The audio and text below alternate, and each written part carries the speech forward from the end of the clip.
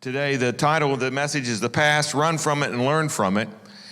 And I really want to get to the end first, but I'm going to go through it because I want you to remember the story.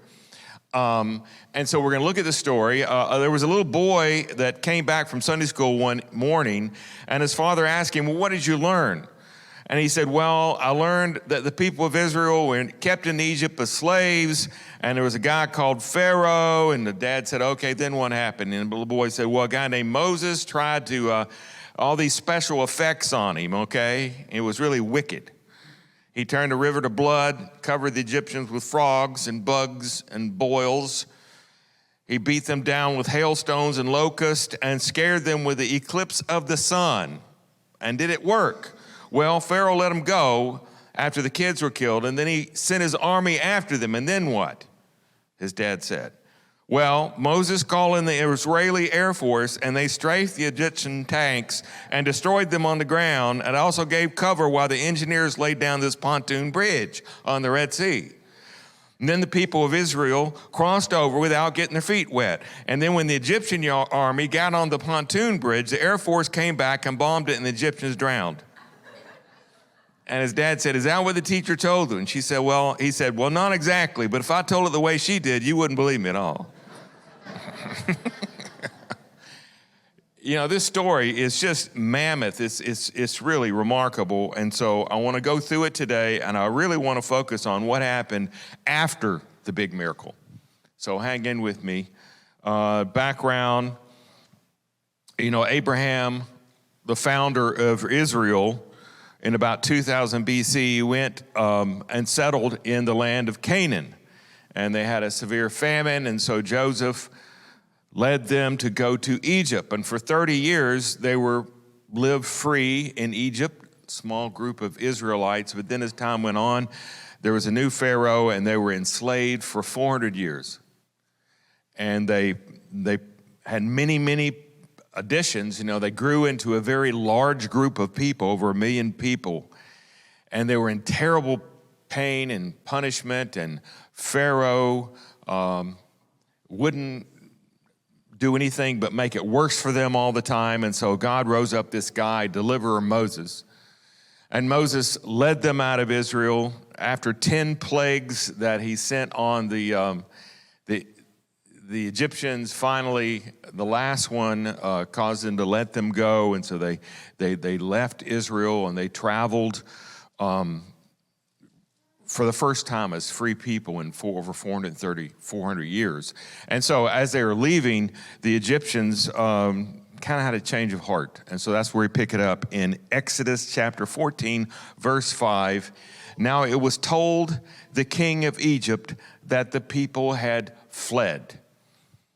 And the heart of Pharaoh and his servants was turned against the people. And they said, why have you done this? We have let Israel go from serving us. And so he said, no, let's go get them. So he took 600 choice chariots and all the chariots of Egypt, so all the chariots, and captains over every one of them, all the leadership. And the Lord hardened the heart of Pharaoh, king of Egypt. So God took what was already in Pharaoh's heart and made it even stronger, hardened his heart. And he pursued the children of Israel. And the children of Israel went out with boldness. They had been traveling, a large group of people. And so the Egyptians pursued them, all the horses and chariots of Pharaoh and his horsemen and army. This is one of the most known stories in the Bible. And they overtook them camping by the sea beside Pi-Hahiroth before Baal-Zephon. And when Pharaoh drew near, the children of Israel lifted their eyes, and behold, the Egyptians marched after them. So they were very afraid, and the children of Israel cried unto the Lord, and they said to Moses, because there were no graves in Egypt, why have you taken us away to die here? They're upon us. And why have you dealt so with us to bring us out of Egypt? Is this not the word that we told you in Egypt, saying, let us alone that we may serve the Egyptians? They'd done it for 400 years. Moses said to the people, don't be afraid, stand still and see the salvation of the Lord. which he will accomplish for you today. For the Egyptians whom you see today shall see again no more forever. The Lord will fight for you, and you shall hold your peace. And the Lord said to Moses, why do you cry out to me? Tell the children of Israel to go forward. But lift up your rod and stretch your hand over the sea and divide it. And the children of Israel shall go on dry land through the midst of the sea. And indeed, I will harden the hearts of the Egyptians, and they will pursue them. And so I will gain honor over the Pharaoh and all his army and his chariots and his horsemen. Then the Egyptians shall know that I am the Lord when I have gained honor for myself over Pharaoh, his chariots, and his horsemen. And the angel of God went before the camp of Israel and moved and went behind them in a pillar of cloud and went before them and stood behind them. So it came between the camp of the Egyptians and the camp of Israel. There was a cloud of darkness to the one and gave light to the night to the other, so that one did not come near the other all night. So some people have asked, or where exactly did this happen? This is a very difficult question because this happened several thousands of years ago. The word Yam Suf is translated the Red Sea. It actually means Yam is the sea, and Suf can mean different things. It can mean red, it can mean reed, it can mean edge of the sea. It is the same word is used 24 times in the Old Testament, and it just doesn't refer to the Red Sea. It refers to a lot of different bodies of water. So it could have been the edge of the sea. I've got a satellite map here that shows this area. That one body of water on the left is the Suez Canal. The green is Egypt. You see how everything around it is desert. There's a desert of Sinai. And then there's the Gulf of Aqaba on the right side. Now, there's different people who come up with different ideas about how this actually happened, because the Red Sea or the Reed Sea is a really shallow kind of swamp. It's kind of even more shallow than the Sound in the Outer Banks. So the idea of water piling up on both sides and drowning the Egyptians is hard to imagine in just a really low water. And so people have come up with different ideas of where this happened. Some people say the mouth of the Suez Canal, because the Suez Canal has places where it's over a mile deep. So it would be impossible for them to go down a mile. You would have to go over cliffs down while being pursued by the Egyptians. So I've got another map that has all the different ideas. They say that some people say that there were these lakes that were bodies of water near Egypt. And so one of those could have been where the water was parted. Some people see it was the end of the Gulf of Suez. Some people say that it was in the Gulf of Aqaba that this happened, and that there was this, I got another picture, it shows this beach. And at this beach, there was an area that they could have gone to that is a more gradual decline into the water, and that's where it could have happened, but it was still deep enough, like 2,500 feet deep. So if you can imagine how deep that would be, way above this roof. That's how deep the water would have been that they went through.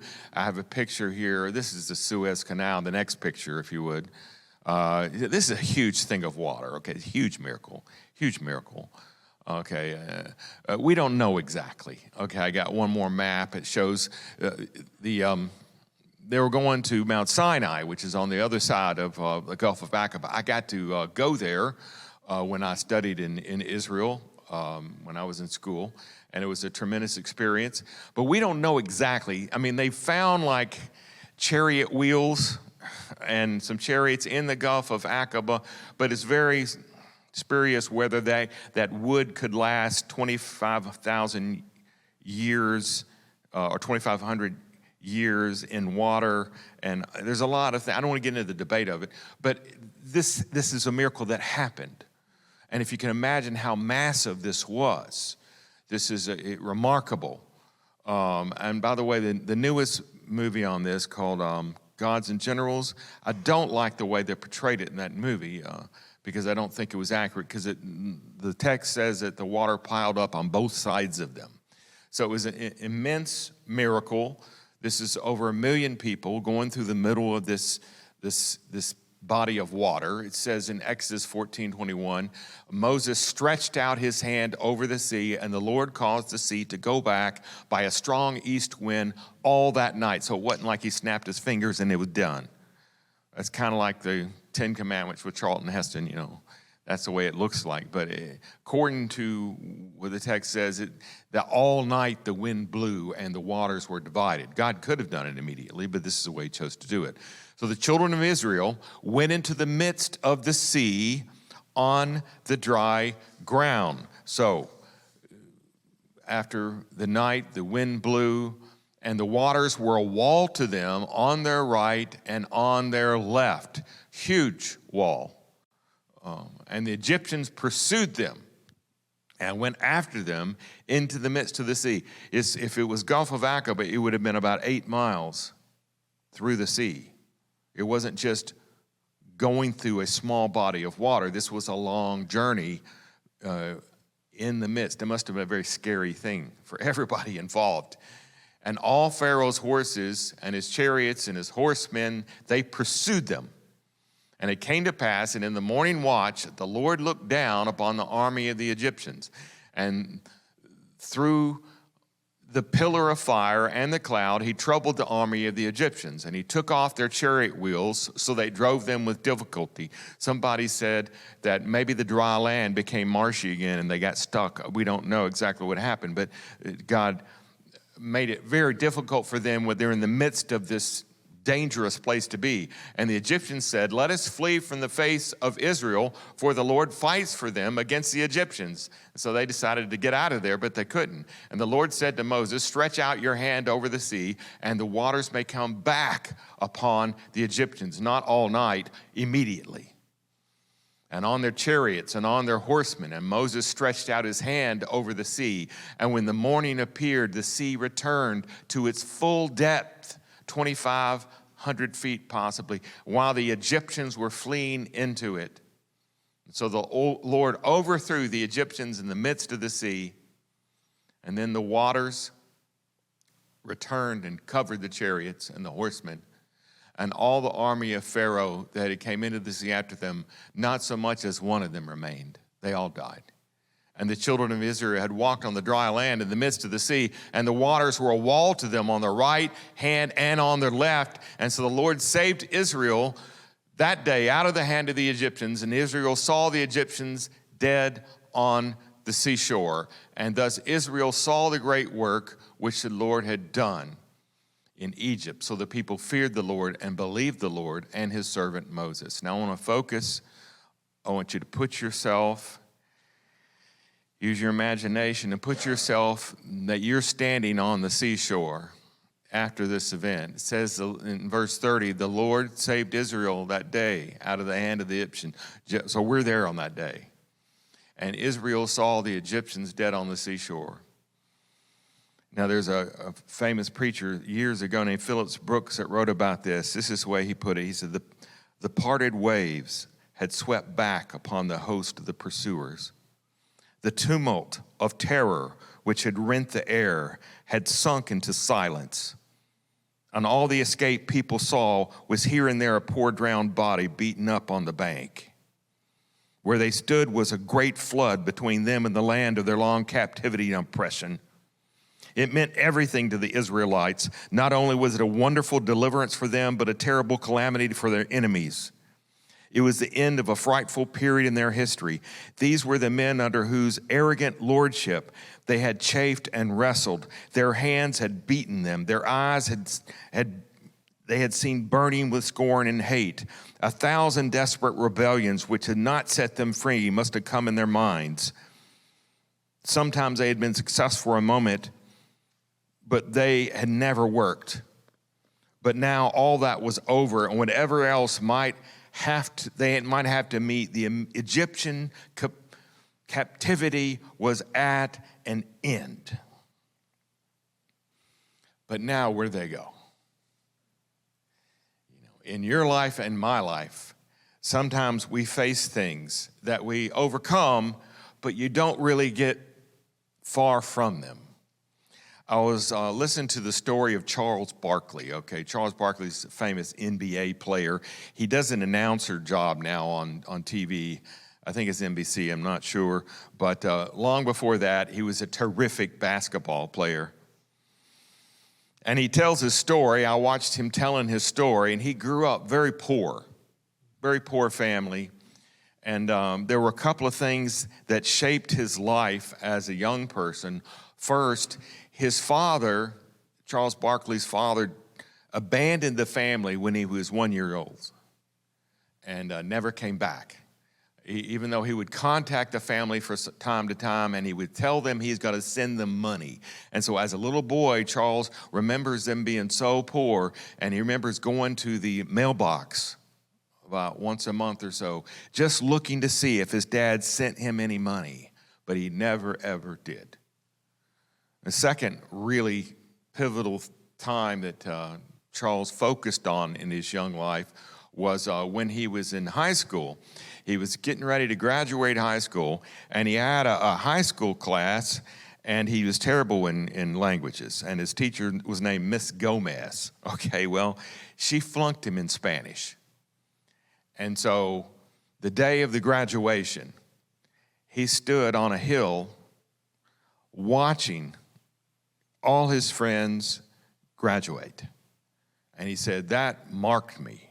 That feeling of failure, that all my friends were getting rewarded and their families were there and my family was embarrassed because I didn't graduate. Now, he did graduate that summer. He took the class. But those two incidents, his father abandoning him and Miss Gomez, the Spanish teacher, he used those to fuel his basketball career. And sometimes he'd even be playing and think, this one's for Dad. Whoosh. You know, I'll do this for Dad. I'll show you, Miss Gomez, Spanish teacher. And this terrible experience that he had when he was a young person was a driving thing in his life, but it made him an angry person. Become very angry. And there was one time when, and people who are in the public eye, they get heckled a lot, which must be very hard. And sometimes crowds can be really mean. And he was playing basketball somewhere, I think it was in New Jersey, and there was this heckler there, and he was saying terrible things about him, and Barkley snapped, and he went to spit on him. And when he spit, it accidentally hit this girl, little girl. And he said, I went home that night, and I thought to myself, I'm the biggest loser in the world. And he decided, from now on, if I play basketball, whenever I play basketball, it's only because I really enjoy it and because I'm good at it. It's not because of my dad, and it's not because of that teacher, Mrs. Gomez. That terrible experience that had followed him his whole career and that he kept looking back at, he decided, no, that is over with. And I'm trying to emphasize to us today that if you've had an experience in your life, maybe some kind of failure, maybe something that was somebody did for you, can you move on from it? It says when the Egyptians were defeated, that the Israelites kept moving forward. Can you imagine what that felt like for them? I mean, not only had their whole lives they been slaves, they were born into it. Their parents and their parents' parents have been in captivity. They were so used to being slaves. They were so used to living lives that were defeated. But here, all the people that were after them, not only did they break out of Egypt, but now the whole threat is gone. But they had to keep moving forward. Now, no doubt, the event marked them forever. I mean, it had to mark them. In fact, later on in history, and even today, Israel, people who are Jewish sometimes describe themselves as, you know, the people that were delivered out of Egypt, out of their house of bondage. And that defined them. But it did not hold them back. And I wonder sometimes if we have things that hold us back because we don't, when you're going through hard times, you can't even imagine being free of it. I mean, when the Israelites were in bondage for generation after generation, they probably thought that this is going to last forever, and they got used to being slaves. Somebody said once, on a long sea voyage, the green earth becomes inconceivable. And if you're traveling in the mountains, if you're hiking in the mountains and you're doing it for days and days, you can't imagine ever going to the beach. And yet, eventually, some morning, you go out and the old struggle's not there anymore. Someday, we listen for the old voice of the tyrant, but the air is still. Maybe in your life, you've had something that has damaged you. What is your Egyptian? What is the thing? Is there anything? I mean, I hope there is. Things that haunted you as a young person, which you don't struggle with anymore. Maybe it's a temptation. Maybe it's a habit that you struggle with for years, but you're free of it now. Maybe it's something that somebody did to you, a parent or somebody that's supposed to protect you, like a teacher, and they did something terrible for you, and you have, that's over with. That's gone. And when you have struggle with, when that is gone, you got to walk away from it. You got to walk away from it, because that shouldn't define you anymore. Because what happened then is just then, and that's tough. You ever seen an animal that was mistreated, maybe a dog that was chained up for years, and then they set free and it doesn't know what to do at first? It doesn't know how to be free because it's been chained up. We went out to Sullivan Bird Park, for an outing one day, my family and I, and they had beautiful birds, and there was this one place where the birds were netting surrounding it, lots of parakeets and other little birds. And I talked to the college girl who was working in there, and I said, do you ever have anything unusual happen? She said, well, a few weeks ago, we had a little girl come in here, and she had a little purse, and she loved this parakeet so much that she actually got the parakeet to get in her purse. And she closed the purse up, and she went outside with the purse of parakeet in it. And she got out the parking lot, and nobody knew she had it, and she opened her purse to see the bird, and of course it flew out. And where did it go? It went right back to the net, because that's what it was used to. And in your life and my life, sometimes you have been able to defeat that Egyptian in your life, the thing that you were struggling with, but you're so used to being in that condition that you don't know how to go away from it without it still making you bitter.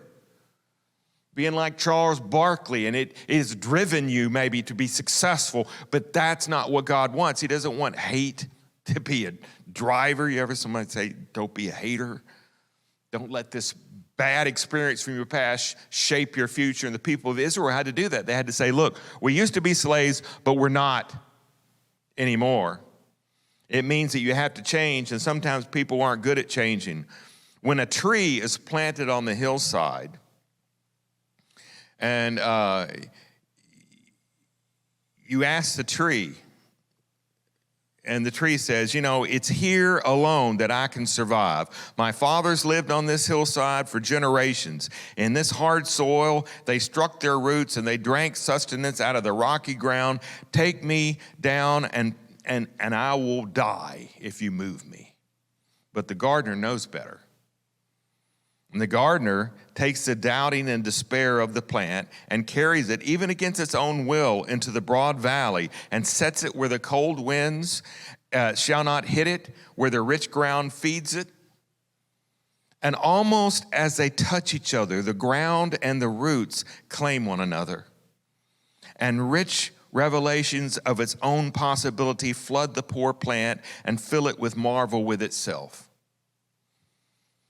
Sometimes we get used to it being bad. We get used to it being awful. And we forget, we don't have, I wonder when they were finally free of slavery, if they ever thought, we should have done this a long time ago. Why didn't we get free of that? They were so used to it. You can get used to anything. So the second thing, if you are in the struggle, Some of you might not be past that terrible, hard, bad thing. Don't lose faith. Do something about it. Tell somebody about it. God still does miracles. And this, one of the biggest, largest miracles in the Bible, should remind us that God is in the miracle business. And whatever you're fighting with it, whatever you're struggling with, don't lose faith. The same God who saved Israel can save you and wants to.